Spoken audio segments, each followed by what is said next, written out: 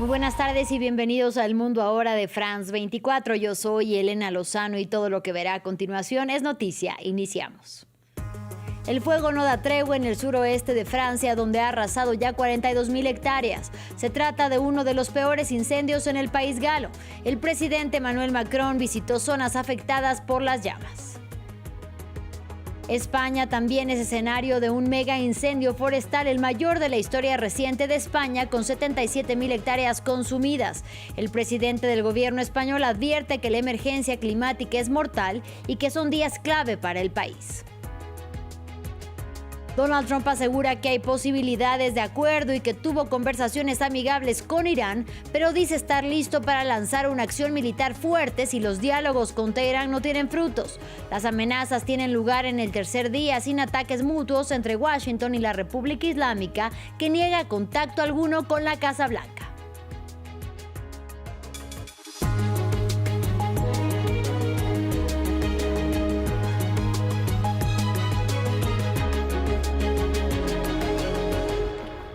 Iniciamos en el suroeste de Francia, donde el fuego no da tregua y ha arrasado ya 42.000 hectáreas. El presidente Emmanuel Macron visitó zonas del desastre y desde ahí aseguró que los franceses ganarán la batalla juntos. Más temprano, el cuerpo de bomberos informó este fin de semana que el fuego no se avivó y eso da esperanzas de apagar las llamas antes de que la situación empeore mañana con la llegada de una nueva ola de calor. Nuestra periodista Erika Olavarría nos amplía desde una de las zonas más afectadas. Me encuentro en Les Cap Ferret. Ustedes pueden ver el impacto de las llamas. Esta es una de las localidades turísticas de esta bahía de Arcachon, que es una zona de visita, de descanso de las personas que viven en Burdeos, y es aquí donde se aprecia el impacto de las llamas de estos incendios que comenzaron el pasado día miércoles, no muy lejos de aquí, y que ya han consumido más de 42.000 hectáreas. Y esta casa está completamente calcinada porque está muy cerca del bosque, pero lo que llama la atención es que esta otra casa que ustedes ven aquí no fue tocada por el fuego. Nos explicaba un bombero voluntario que además vive en esa casa que han sido los dos grandes árboles, estos robles que hicieron que las llamas no pasaran de ese lado y en cambio la bola de fuego entrara directamente a esta habitación que se encuentra completamente calcinada.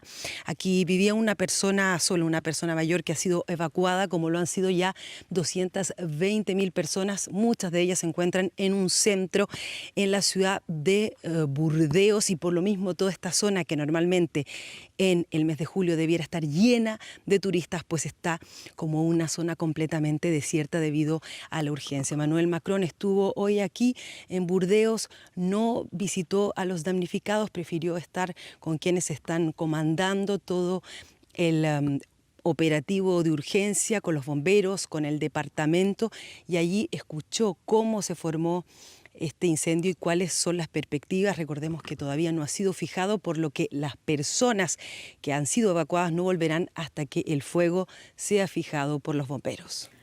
Ahora vamos a España, que también es escenario de un mega incendio forestal, el mayor de la historia reciente del país ibérico, con 77.000 hectáreas consumidas y reducidas a cenizas.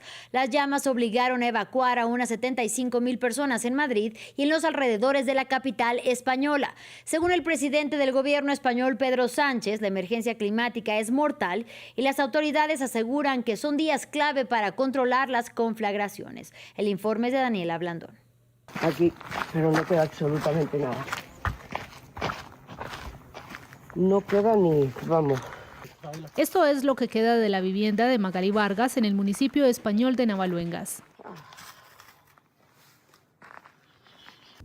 El de la provincia turística de Ávila, en la comunidad de Castilla y León y muy cerca de la capital, ha sido clasificado como el mayor incendio forestal en la historia reciente de España. Junto con Toledo y la Comunidad de Madrid, en el centro del país, han sido las zonas más devoradas por las llamas. Hasta este refugio temporal se han trasladado decenas de damnificados, obligados a evacuar por completo. Ellos vienen destrozados, claro, sin saber, han dejado sus casas, sus pertenencias, animales allí, entonces pues intentamos animarlos. El gobierno español advirtió que la emergencia climática es mortal y que todavía se esperan tiempos complejos, con un aumento de las temperaturas previsto para los próximos días. Más de 170.000 hectáreas ya calcinadas en todo el país, Para que nos hagamos una idea, eso es multiplicar por 6 el total de hectáreas calcinadas el año pasado. Los datos climáticos muestran que Europa se está calentando más rápido que cualquier otro lugar del planeta, lo que ha generado varias olas de calor extremas este año y una de las mayores evacuaciones del continente desde la Segunda Guerra Mundial. Seguimos en el viejo continente. En Alemania el gobierno promete cambios en las leyes de seguridad y esto después del ataque contra una multitud que dejó un muerto y decenas de heridos durante un evento de la comunidad LGBTIQ+. Los ciudadanos rinden homenajes a las víctimas mientras avanzan las investigaciones y el presunto atacante sometido a la justicia. Aquí los detalles.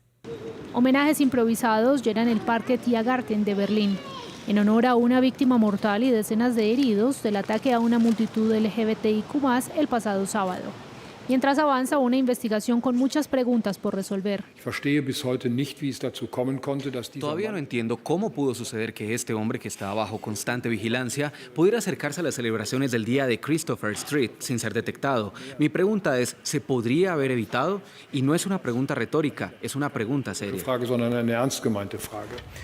Una mujer polaca de 65 años murió y otras 29 que resultaron heridas se recuperan en centros hospitalarios, después de que un hombre de 21 años embistiera con una furgoneta a una multitud antes de atacar con un machete.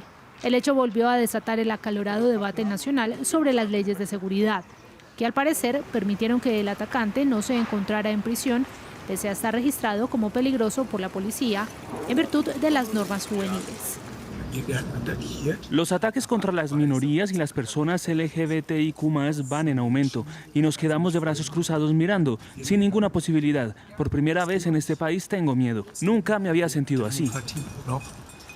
El sospechoso, un ciudadano alemán identificado como Abdul Balut, fue abatido por la policía el domingo en las afueras de la capital. De él se sabe que pagó cárcel en Líbano por intentar unirse al autodenominado Estado Islámico en 2025. También fue arrestado por la policía al regresar a Alemania y se encontraba en libertad condicional. En más información, los ataques entre Rusia y Ucrania no cesan. En el terreno, un bombardeo ruso mató a al menos una persona en Zaporilla y en respuesta Kiev lanzó una ofensiva en Rostov del Don, donde murieron 5 personas, incluyendo un menor. En el plano diplomático, ambos países se muestran contradictorios sobre la posibilidad de retomar los diálogos. Martín Gripo con los detalles.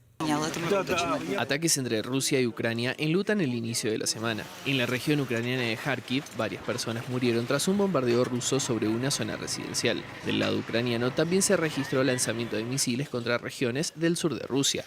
Una terminal de exportaciones e infraestructura petrolera fueron el blanco de los bombardeos. La guerra parece no tener fin. Aunque las negociaciones están en un punto muerto, desde el gobierno ruso han manifestado su intención de buscar soluciones. Por nuestra parte, reafirmamos nuestra disposición a una solución política y diplomática de la crisis ucraniana, algo a lo que nunca hemos renunciado. Incluso hoy mismo di ejemplos de ello. Pero esta solución debe basarse en los acuerdos alcanzados, los de Alaska. Por su parte, el presidente ucraniano Volodymyr Zelensky insiste en conseguir apoyos europeos que le permitan dar mayor capacidad militar a su país. En una visita diplomática realizada a Reino Unido, el primer ministro británico reafirmó el apoyo incondicional de Londres a Kiev. Vladimir, you are the first leader I have welcomed in person since taking office. Volodymyr, usted es el primer líder al que he recibido en persona desde que asumí el cargo, y eso no es casualidad. A very clear message. Se trata de enviar un mensaje muy claro. Personalmente estoy al 100% y cumpliré todos los compromisos que este país ha asumido con Ucrania. And I will honor every commitment this country has made to Ukraine in full. Nuestra relación con Reino Unido es más fuerte que nunca y agradezco a Andy su compromiso con esta asociación y la gran atención que presenta a la defensa y a nuestra seguridad. La cooperación entre ambos países en materia de defensa incluye el entrenamiento de militares ucranianos por parte de los británicos en una base naval que recibió la visita de Zelensky. Un contexto que deja una pregunta sobre la mesa: ¿está cerca una paz entre Rusia y Ucrania? En otro frente de guerra, Donald Trump asegura que hay buenas posibilidades de alcanzar un acuerdo con Irán, pero dice estar listo para una acción militar más fuerte si los diálogos que dice mantener con Teherán fracasan. Los dichos del mandatario estadounidense tienen lugar en el tercer día sin ataques mutuos. En contraste, la República Islámica afirma que no hay negociaciones en curso con la Casa Blanca, pero que sí mantienen conversaciones con Omán sobre el futuro de la navegación por el estrecho de Hormuz. Escuchemos. Tengo mucha paciencia, mucho tiempo. Toda su costa está arrasada. El estrecho de Hormuz está en muy buen estado. Ya sabes, estamos teniendo buenas conversaciones, así que veremos qué pasa. Creo que hay muchas posibilidades de que algo suceda. Y si sucede, bien. Y si no, volvemos a hacer lo que estábamos haciendo hace 2 días. Ahora vamos al continente asiático porque este lunes el presidente de Filipinas, Ferdinand Marcos Jr., pronunció un discurso ante el Congreso en el cual prometió luchar contra la corrupción generalizada que afecta a su país. Pero las promesas no bastaron. Una parte de la población salió a protestar considerando insuficientes los esfuerzos del presidente para poder combatir ese mal. Más detalles con William Gasso. Figuras de Donald Trump y de Ferdinand Marcos Jr. quemadas en señal de protesta. Manifestantes se reunieron en las calles de Manila mientras el presidente filipino pronunciaba un discurso ante el Congreso. Denuncian la corrupción generalizada en el país y las promesas no cumplidas del mandatario sobre combatirla. El año pasado Marcos dijo que los corruptos deberían avergonzarse, pero parece que hasta ahora nadie se siente avergonzado. Ninguna persona importante ni ningún corrupto ha rendido cuentas. Hoy le pedimos a Marcos que si realmente quiere que se avergüencen, deben redoblar sus esfuerzos para que los corruptos rindan cuentas y los metan en la cárcel. Ferdinand Marcos Jr., hijo del dictador homónimo, atraviesa un mandato marcado por los escándalos de corrupción. Uno de los más importantes está relacionado con irregularidades en infraestructuras que hubieran debido proteger contra las fuertes inundaciones el año pasado. Los casos de corrupción involucran a personalidades cercanas al mandatario, incluso a su propio primo y expresidente de la Cámara de Representantes, Martín Romualdez, y a su vicepresidenta, Sara Duterte. Casos que aumentan la presión sobre Marcos Jr., que había prometido perseguir a quienes cometieran esa clase de delitos fuera cual fuera su relación con ellas. Hace un año que me presenté aquí para revelar la corrupción que habíamos descubierto en los proyectos de control de inundaciones. Como lo prometí, hemos iniciado investigaciones exhaustivas. Elegido en 2022, Ferdinand Marcos Jr. ha visto su popularidad caer. Según el Instituto Pulse Asia, solo el 28% de los filipinos expresa confianza hacia su figura, mientras que la ONG Transparencia Internacional ubica a Filipinas entre uno de los países más corruptos del mundo. Finalizamos en Chile. El consumo de drogas será nueva causal para que un funcionario público sea cesado de su cargo. El presidente José Antonio Kast firmó este lunes el proyecto de reforma a la Constitución que incorpora dicha causal.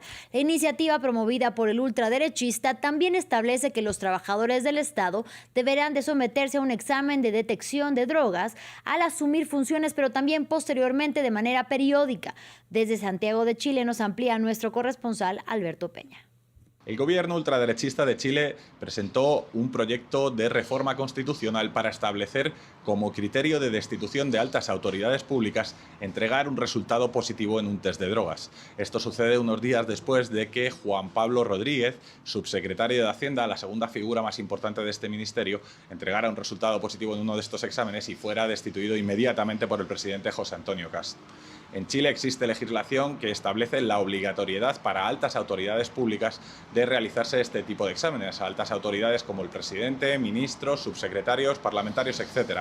Y deben de hacerse uno al menos al asumir el cargo y al menos otros 2 durante el ejercicio del mismo. Sin embargo, no existe ninguna legislación que establezca de forma tajante y como criterio de destitución entregar un resultado positivo, aunque en la práctica sí ocurre, como ha sucedido con el ya ex subsecretario.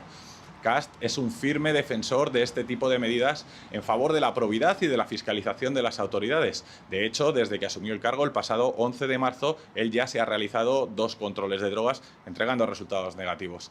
También lo fue durante los procesos electorales que en los que compitió recientemente, tanto en el último en el que salió presidente como en el anterior en el que perdió contra el ahora expresidente izquierdista Gabriel Boric. A sus contendientes les propuso realizarse este tipo de test, un test de una muestra de pelo para que particularmente tiene resultados más ajustados y más certeros, y presentar los resultados de forma pública. Según la reforma constitucional que ha presentado, este test de drogas se realizará de forma obligatoria y de manera protocolar con el paso de los meses, y los resultados serán de escrutinio público para la ciudadanía. Así llegamos al final de este espacio informativo. Gracias por su compañía y hasta la próxima.